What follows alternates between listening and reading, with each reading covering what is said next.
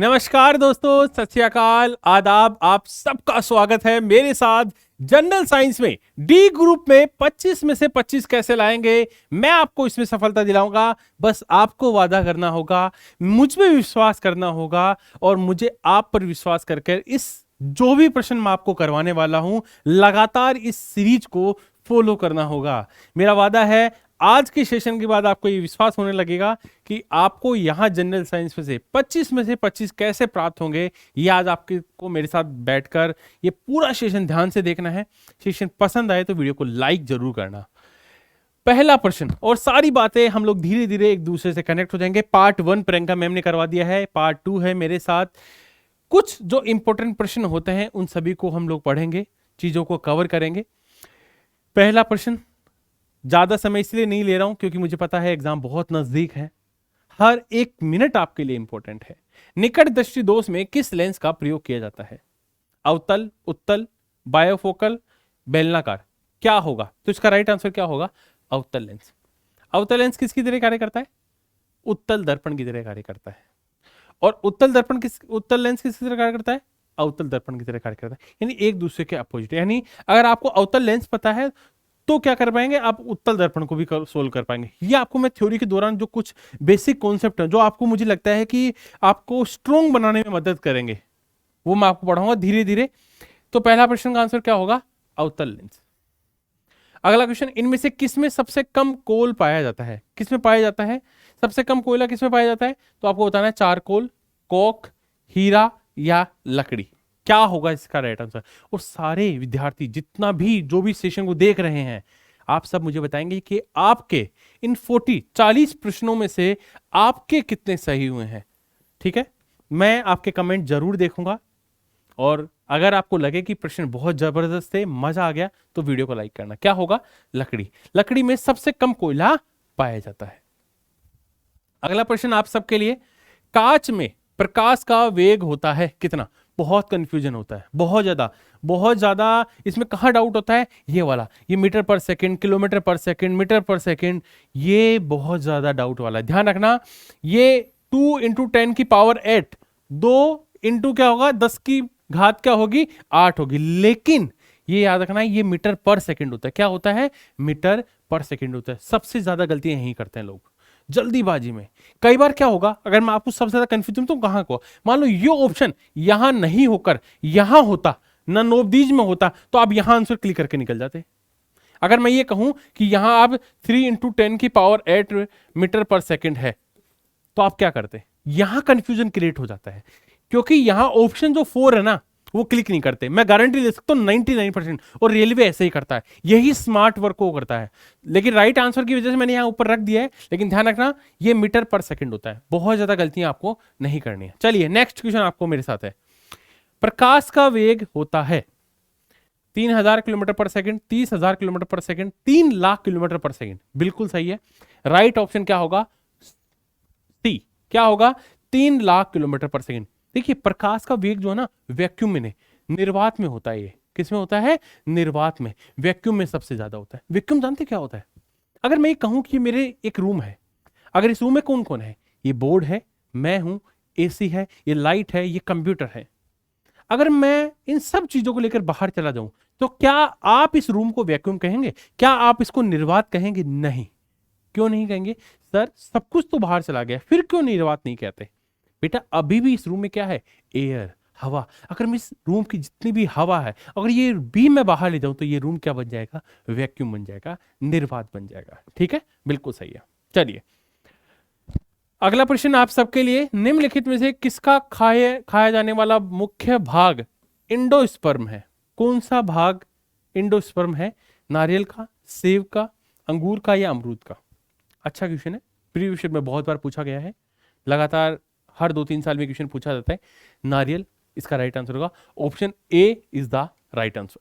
Next प्रश्न आप सबके लिए, गुरुत्वाकर्षण का सिद्धांत किसने दिया था?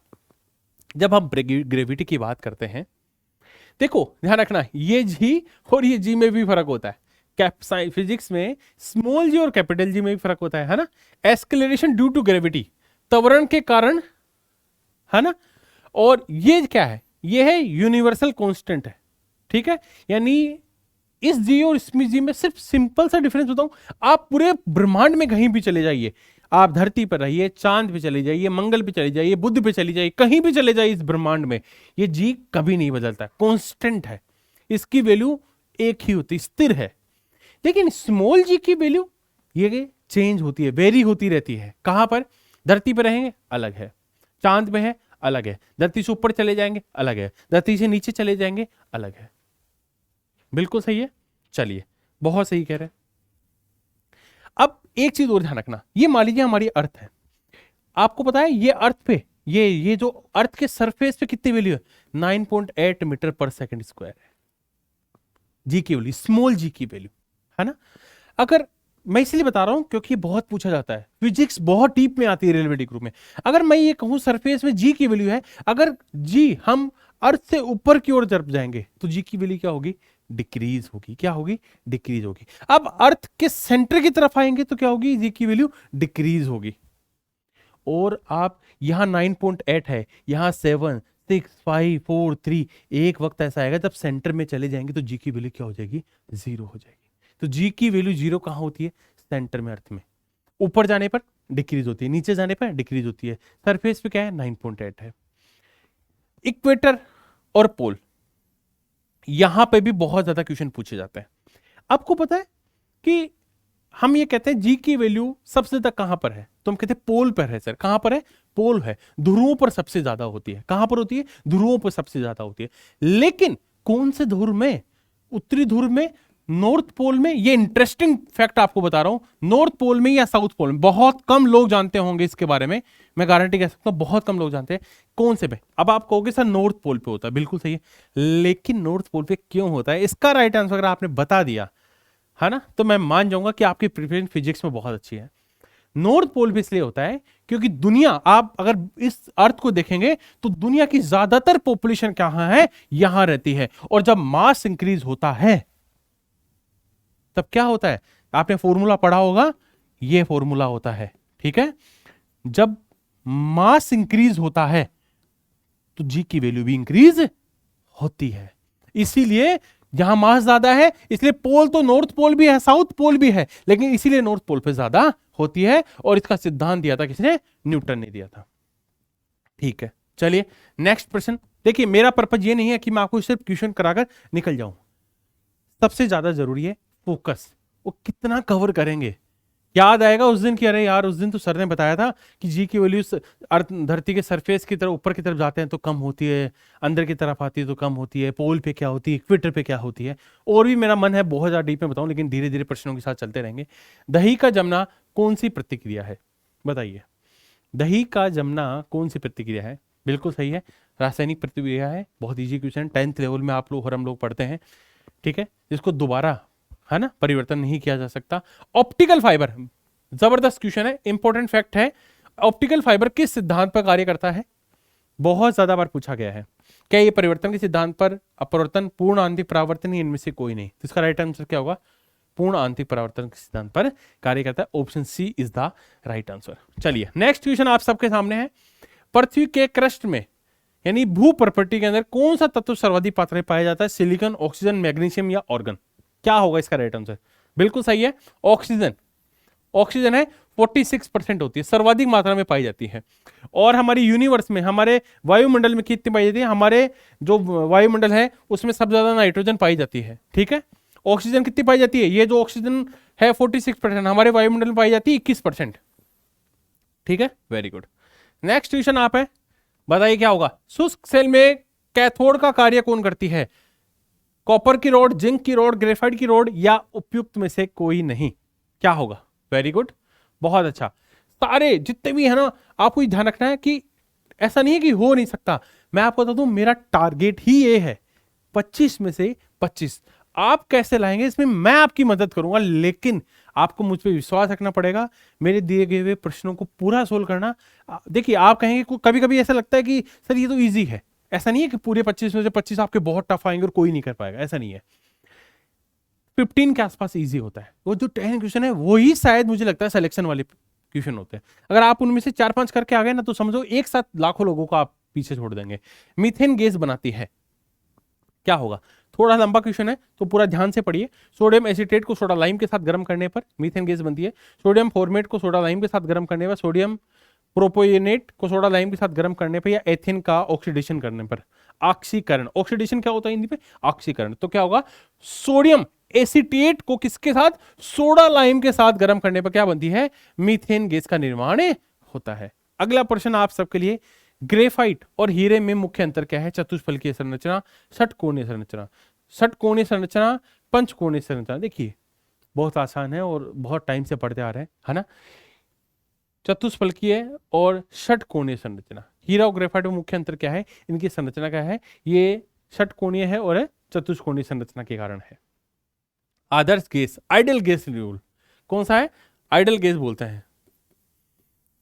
इंग्लिश वाले बच्चों के लिए बता दिया है कि आइडियल गैस रूल है। इसके अनुसार गैस का ग्राम अणुक आयतन कितना होता है? तो उसका डायरेक्ट आंसर है, याद रखिए, 22.4 लीटर। फैक्ट है, सीधा आएगा एग्जाम में, कोई दिमाग नहीं लगाना है, बस याद रखना है 22.4 लीटर। मानव शरीर में कौन सा रक्त ग्रुप सबसे ज्यादा पाया जाता है? 3-4 तरह के क्वेश्चन बनते हैं इसमें। सबसे ज्यादा कौन सा पाया जाता है? यूनिवर्सल डोनर क्या है? यूनिवर्सल रिसेप्टर क्या है? ठीक है। ब्लड में लाल रंग किसके कारण होता है? ह्यूमन जो ब्लड है, हीमोग्लोबिन का मेन काम क्या है? कौन सा पिगमेंट होता है? ठीक है। बहुत सारी तरह के इस तरह के प्रश्न पूछे जाते हैं। देखिए सबसे ज्यादा जो पाया जाता है बी पॉजिटिव। अगर आप अपने आसपास के लोगों को देखेंगे, आप हैं, फैमिली में हैं, दोस्त हैं, तो आपको बी पॉजिटिव वाले ज्यादा लोग मिलेंगे, बहुत ज्यादा मिल जाता है। ओ नेगेटिव बहुत कम मिलता है। ओ नेगेटिव बहुत कम है, रेयर है, बहुत कम देखने को मिलता है। बात करते हैं यूनिवर्सल डोनर की, तो ध्यान रखना यूनिवर्सल डोनर ओ ग्रुप क्या है? यूनिवर्सल डोनर होता है।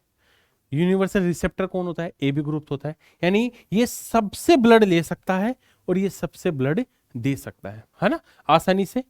बिल्कुल सही है।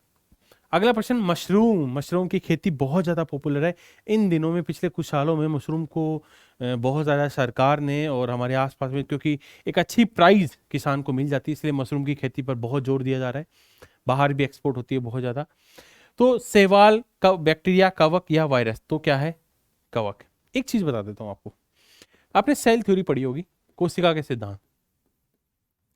पहले तो एक क्वेश्चन ये पूछा जाता है, इसकी सेल थ्योरी किसने दी? स्लाइडन एंड स्वान ने दी। 2 वैज्ञानिक थे, स्लाइडन एंड स्वान।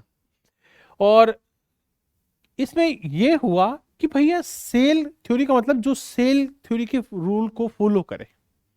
कौन से ऐसे लोग थे या कौन से ऐसी चीज थी जो सेल थ्योरी को फॉलो नहीं करती? वायरस, प्रियोन, ये सब क्या है? सेल थ्योरी को फॉलो नहीं करते। मानव आरबीसी सेल थ्योरी को फॉलो नहीं करता, न्यूक्लियस नहीं होता है इसमें, ठीक है। वायरस भी फॉलो नहीं करता है ना। प्रियोन भी नहीं करता है ना। प्रियोन के बारे में क्या पूछा जाता है एग्जाम में कि इनमें से कौन सेल थ्योरी को फॉलो करता है? उसमें ये ऑप्शन होंगे कि ये नहीं करते हैं, ध्यान रखना। और प्रियोन किस चीज के लिए रिस्पॉन्सिबल है, ऐसा हिंदी में लिखा होता है प्रियोन, है ना, इस तरह से लिखा होता है। प्रियोन में ना जो पादप रोग होते हैं, प्लांट डिजीज होते हैं, उनके लिए रिस्पॉन्सिबल है प्रियोन। एक तरह का वायरस जैसा ही होता है, ये समझ लीजिए। अच्छा, जैसे अभी जो कोविड-19 में जो वायरस है ना, वो कौन सा वायरस है? वायरस तो है, लेकिन इसमें जेनेटिक मटेरियल क्या है? आरएनए या डीएनए? तो उसका जेनेटिक मटेरियल क्या है? आरएनए। ये भी बहुत ज़्यादा पूछा गया, क्योंकि जब सेल थ्योरी इसी से रिलेटेड ज़्यादा एग्जाम में 1-2 क्वेश्चन पूछे भी गए, क्योंकि इसमें जेनेटिक मटेरियल कौन सा था, अभी बहुत ज़्यादा क्वेश्चन पूछे जा रहे हैं। स्पेक्ट्रम में सबसे ऊपर कौन सा रंग होता है? ध्यान रखना, ज़्यादातर लोगों के ऑप्शन होते हैं लाल या ग्रीन, लाल या हरा कलर होता है, लेकिन इसका सबसे ऊपर कौन सा कलर होता है? तो लाल कलर सबसे ऊपर होता है। Option A is the right answer. मानव शरीर में कितनी हड्डियां होती है? बेसिक क्वेश्चन है, इसमें क्या ज्यादा बता सकते हैं? ध्यान रखना, बच्चों में, चाइल्ड्स में। देखिए ये क्या है, मैंने प्रीवियस क्वेश्चन में से सेट लिया है, ताकि मुझे लगता है कि एक्सपेक्टेड पेपर कि क्या होना चाहिए, उसी तरह के प्रश्न आपके लिए लेकर आ रहा हूं। तो बच्चों में 206 तो आप सभी को पता होता है ना। 300 के आसपास होती है बच्चों में, जो नवजात शिशु होता है उसमें होती है। सबसे बड़ी, ध्यान रखना, ह्यूमन बॉडी में फीमर सबसे बड़ी होती है, जांग की हड्डी सबसे छोटी स्टेपिज की होती है। और एक क्वेश्चन, कितनी हड्डियां होती हैं कान में? 6 हड्डियां, 3 इधर 3 इधर, 6 हेड। एक आपके लिए प्रश्न, सभी लोग कमेंट बॉक्स में बताएंगे, फेशियल बोन कितनी होती है? फेशियल बोन, ये जो फेस है आपका, फेशियल बोन कितनी होती है? आप सबको कमेंट बॉक्स में बताना है। मुझे हर एक विद्यार्थी का कमेंट चाहिए जो भी इसका देख रहा है। मैं देखना चाहता हूँ, हो सकता है आप सब कुछ लोगों के लिए आसान हो कि मुझे क्यों बताना, इससे कॉन्फिडेंस बढ़ता है और आप ये भी देखते हैं कि क्या जो मेरे ही तरह के जो लोग हैं क्या वो इसका कितना आंसर सही बता पा रहे हैं। तो कमेंट जरूर करना। दूध की शुद्धता नापने वाला यंत्र कौन सा है? Lactometer, actinometer, spectrometer, pedometer. इसका राइट आंसर क्या होगा? लैक्टोमीटर। लैक्टो किसके रिलेटेड है? दूध की शुद्धता के लिए, है ना, मिल्क की प्यूरिटी के लिए इसको उपयोग किया जाता है। लगातार और डेली सेशन होगा तो ज्वाइन करते रहना। रतौंधी किसकी कमी से होता है? रतौंधी रोग किसकी कमी से होता है? रतौंधी विटामिन ए की कमी से। विटामिन बी की कमी से कौन सा? बेरी होता है। विटामिन सी की स्कवरी। विटामिन डी रिकेट्स, है ना। विटामिन डी किसको इफेक्ट करता है? बोन्स को, हड्डियों से संबंधित है। ठीक है, बिल्कुल सही है। अगला प्रश्न आप सबके लिए, निकट की वस्तु देखने के लिए हुई दोस्त, उस दोष को क्या कहा जाता है? उस डिसऑर्डर को। तो ध्यान रखना, निकट के लिए तो अपोजिट आंसर याद रखिए, दूर दृष्टि दोष, और दूर की नहीं दिखती निकट दृष्टि दोष। बिल्कुल आसान तरीके से याद कर सकते हैं, है ना, बिल्कुल। और इसके लिए कौन सा विटामिन अच्छा है? Vitamin A. रतौंधी रोग आपको पता है, आंखों के लिए विटामिन ए गाजर वगैरह में आपको मिलता है, खानी चाहिए आप सबको। भूकंप किससे मापा जाता है? देखो कुछ क्वेश्चन क्या होता है जैसे हम छोड़ देते हैं, जैसे एक होता है स्टडी, है ना, जैसे मैं कहूं study of cell, cytology, study of tissue, histology. इसी तरह के प्रश्न बहुत बार पूछे जाते हैं। एक तो हमें स्टडी से रिलेटेड एक क्वेश्चन जरूर एग्जाम में देखने को मिलता है, वो भी हम तैयार करेंगे, एक स्पेशल सेशन आपके लिए लेकर आऊंगा। तो भूकंप को किससे मापा जाता है? सिस्मोग्राफ के द्वारा मापा जाता है ना। लैक्टोमीटर, इसमें मिल्क की प्यूरिटी को, दूध की शुद्धता को मापते हैं। ठीक है, चलिए नेक्स्ट क्वेश्चन फटाफट। सिनेबार किसका प्रमुख अयस्क है? लोहा, पारा, चांदी या तांबा? क्या होगा इसका राइट आंसर? बिल्कुल सही है, पारा। पारा क्या होगा? इसका राइट आंसर होगा। और सिनेबार इसका मुख्य अयस्क है, इससे प्राप्त किया जाता है। सिनेबार से पारा क्या किया जाता है? प्राप्त किया जाता है। अगला प्रश्न आप सबके लिए, कोशिका की 4 अवयवों से उस कोशिका की पहचान करिए जो पौधे की कोशिकाओं में पाया जाता है किंतु जानवरों में नहीं पाया जाता। देखो इसमें सबसे ज्यादा बेसिक जो डिफरेंस है ना, सच कहूं तो वह है सेल वॉल का, कोशिका भित्ति का। यही एग्जाम में क्वेश्चन पूछा जाता है प्लांट सेल में, और आप भी जब पढ़ेंगे तो आपको यही बताया जाता है कि पादपों में प्लांट सेल पाई जाती है और एनिमल्स में नहीं पाई जाती। लेकिन एक आजकल एक ऑप्शन और आने लगा है लवक के बारे में, प्लास्टिड के बारे में। लवक, अब इसमें देखेंगे कोशिका जो सेल वॉल है ही नहीं, तो इसका राइट आंसर क्या हो जाएगा? प्लास्टिड। क्योंकि लवक भी किसमें पाया जाता है? हरित लवक, सुना आपने? हरित लवक, क्लोरोप्लास्ट, हरित लवक, ये किसमें पाया जाता है? प्लांट में पाया जाता है। तो ये बेसिक डिफरेंस है, इन सब में ये तीनों चीजें पाई जाती हैं। साइटोप्लाज्म, है ना, न्यूक्लियोप्लाज्म। ध्यान रखना ये कोशिका है, कोशिका के अंदर होता है एक न्यूक्लियस। क्या होता है? एक न्यूक्लियस होता है। इस ये तो होता है कोशिका का द्रव्य, है ना, साइटोप्लाज्म कोशिका द्रव्य। न्यूक्लियस के अंदर जो लिक्विड होता है, जो द्रव्य होता है, वो है न्यूक्लियोप्लाज्म, है ना, केंद्रीयक द्रव्य, है ना। और आप सबको पता है एक चीज और, सेल टॉपिक के बारे में मैं आपको कहूंगा बेसिक इंफॉर्मेशन जरूर याद रखिए। सेल जो टॉपिक है ना, आप कितना भी कर लिए, बहुत सारे लोगों को लगता है कि सेल में सिर्फ माइटोकॉन्ड्रिया, लाइसोसोम या बेसिक इंफॉर्मेशन पढ़ लेने से कवर हो जाता है। नहीं, थोड़ा डीप में पढ़िए सेल टॉपिक को, क्योंकि आजकल 1-2 प्रश्न सेल से जरूर आ रहे हैं। स्पेशल सेशन होगा मेरा सेल टॉप 50, वो जरूर ज्वाइन करिए। लेकिन ये तब मिलेगा जब आप सब्सक्राइब कर लेंगे, तो मेरे जैसे ही वीडियोस आएंगे आप तक पहुंच जाएंगे। पीडीएफ आपको मिलेगी, ये जो बहुत सुंदर पीडीएफ मैंने आपके लिए बनाई है, ये भी आपको हमारे टेलीग्राम ग्रुप में मिलेगी। डिस्क्रिप्शन में लिंक है, तो ज्वाइन करना मत भूलना। चलिए अगला प्रश्न आप सबके लिए, शरीर में हीमोग्लोबिन का कार्य क्या होता है?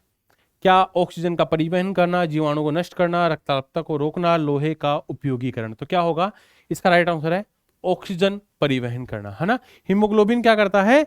ऑक्सीजन क्या करता है? ट्रांसपोर्ट करता है, हमारे शरीर में सर्कुलेट करता है।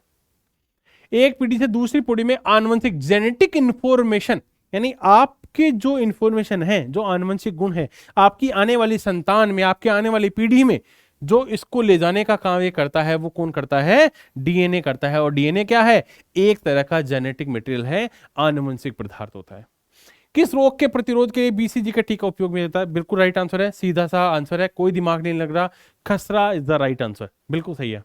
खाद्य संसाधन और संचय, संचय यानी स्टोर करना, उसके द्वारा कौन से पोषक अधिकांश रूप से प्रभावित होते हैं? कार्बोहाइड्रेट्स, प्रोटीन, वसा या विटामिन? इसका राइट आंसर क्या होगा? वसा।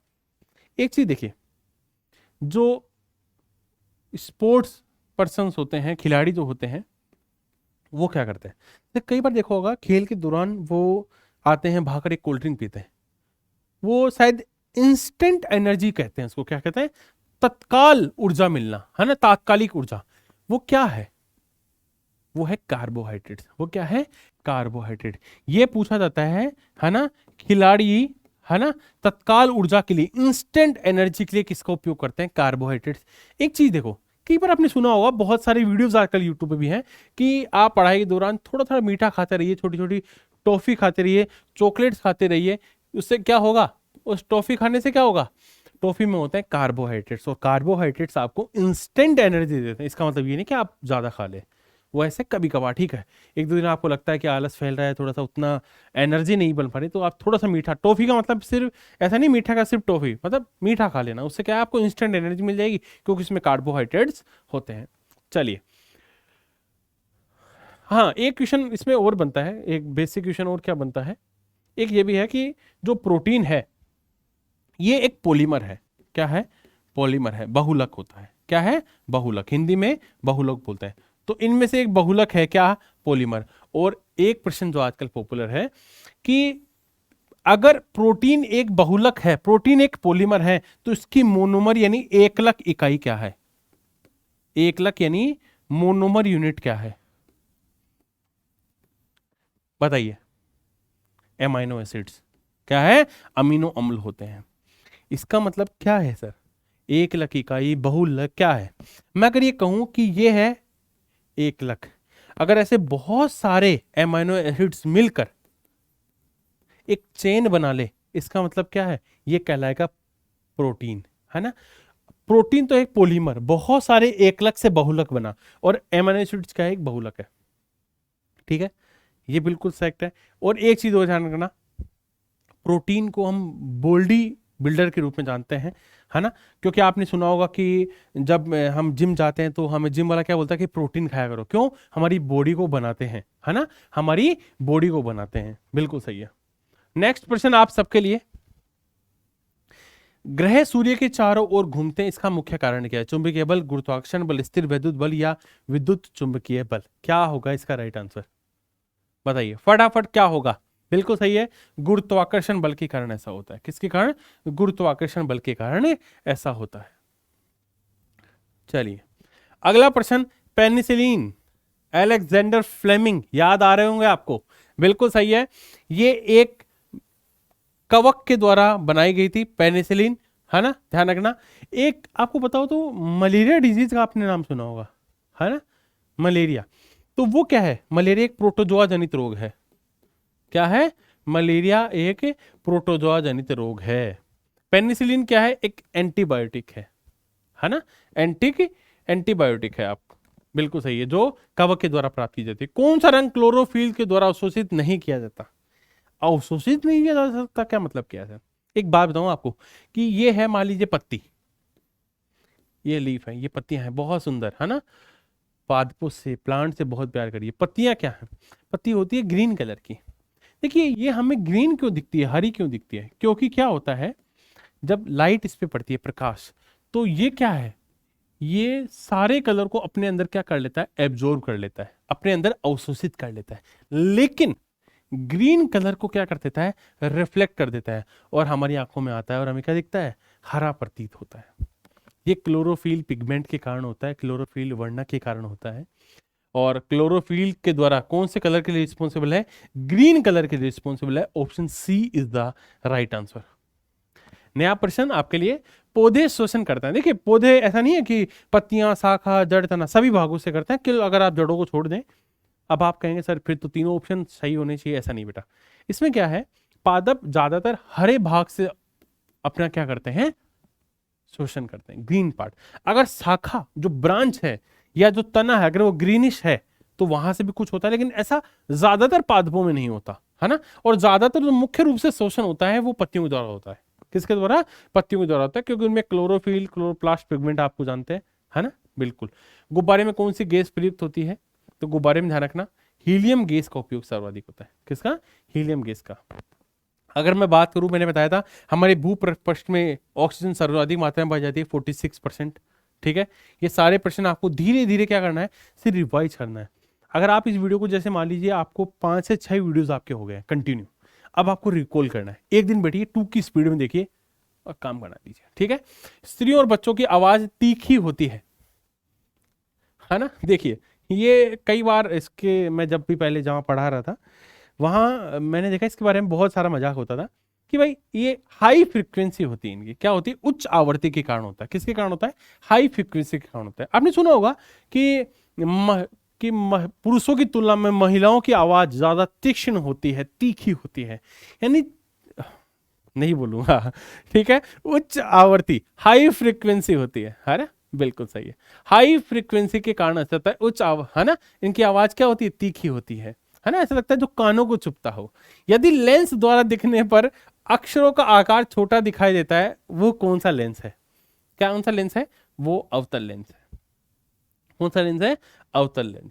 चलिए अगला प्रश्न, इनमें से कौन सा सर्वाधिक जलन उत्पन्न करता है। आपने सुना होगा कि एक प्रश्न बहुत ज्यादा पूछा भी गया था, पहले भी कुछ प्री शो में पूछा गया है कि गर्म पानी की तुलना में भाप में जलना ज्यादा भयानक। आपने सुना होगा ना कि भाप से पूरा क्या होता है, बहुत ज्यादा जलन होती है, क्योंकि इसमें गुप्त ऊष्मा लेटेंट हीट क्या होती है, सर्वाधिक होती है। तो भाप के कारण सर्वाधिक किसके द्वारा जलन उत्पन्न होती है, तो भाप के द्वारा होती है। आपको पता है छोटी सी रोटी होती है और कितनी गैस होती है उसमें, बहुत कम भाप होती है, लेकिन थोड़ा सा कई बार अंगुली की भी आ जाती है ना, तो ऐसा लगता है कि जैसे चुभ गया है ना। बिल्कुल सही है, तो क्या होगा, बिल्कुल सही है इसका राइट आंसर। किस वाहन का गति मापक यंत्र बताता है, उसकी क्या बताता है, बताइए। ताक्षणिक चाल के बारे में बताता है, किसके बारे में, ऑप्शन 2 यानी बी ऑप्शन क्या होगा, ताक्षणिक चाल इसका राइट आंसर होगा। ये भी अच्छा प्रश्न है, बहुत बार पूछा गया है। प्रश्न को पूरा ध्यान से देखेंगे। एक वस्तु 9.8 मीटर पर सेकंड के वेग से ऊर्ध्वाधर ऊपर फेंकी जाती है, तो वह कितनी ऊंचाई तक ऊपर जाएगी, बताइए क्या होगा इसका रेट। ध्यान रखना 4.9 मीटर, कितना होगा, 4 पॉइंट, इसका आधा क्या होगा, 4.9। इस पर ध्यान रखना, कितनी भी दे रखी हो आपको सिर्फ हाफ करना है, आधी बताना है। कौन सा जीवधारी पौधों और जंतुओं के बीच की कड़ी के रूप में जाना जाता है, यूग्लिना, प्लाज्मोडियम, पैरामीशियम या अमीबा, बताइए क्या होगा। अच्छा क्वेश्चन है, ध्यान रखना। पादप और जंतु की बीच की कड़ी क्या है, यूग्लिना है। अगर आपको सेशन पसंद आया तो सेशन को लाइक जरूर करना, चैनल को सब्सक्राइब करना। ये पीडीएफ हमारे टेलीग्राम ग्रुप से मिलेगी, तो वहां जरूर ज्वाइन कर लेना। So keep watching, thank you everyone, bye bye.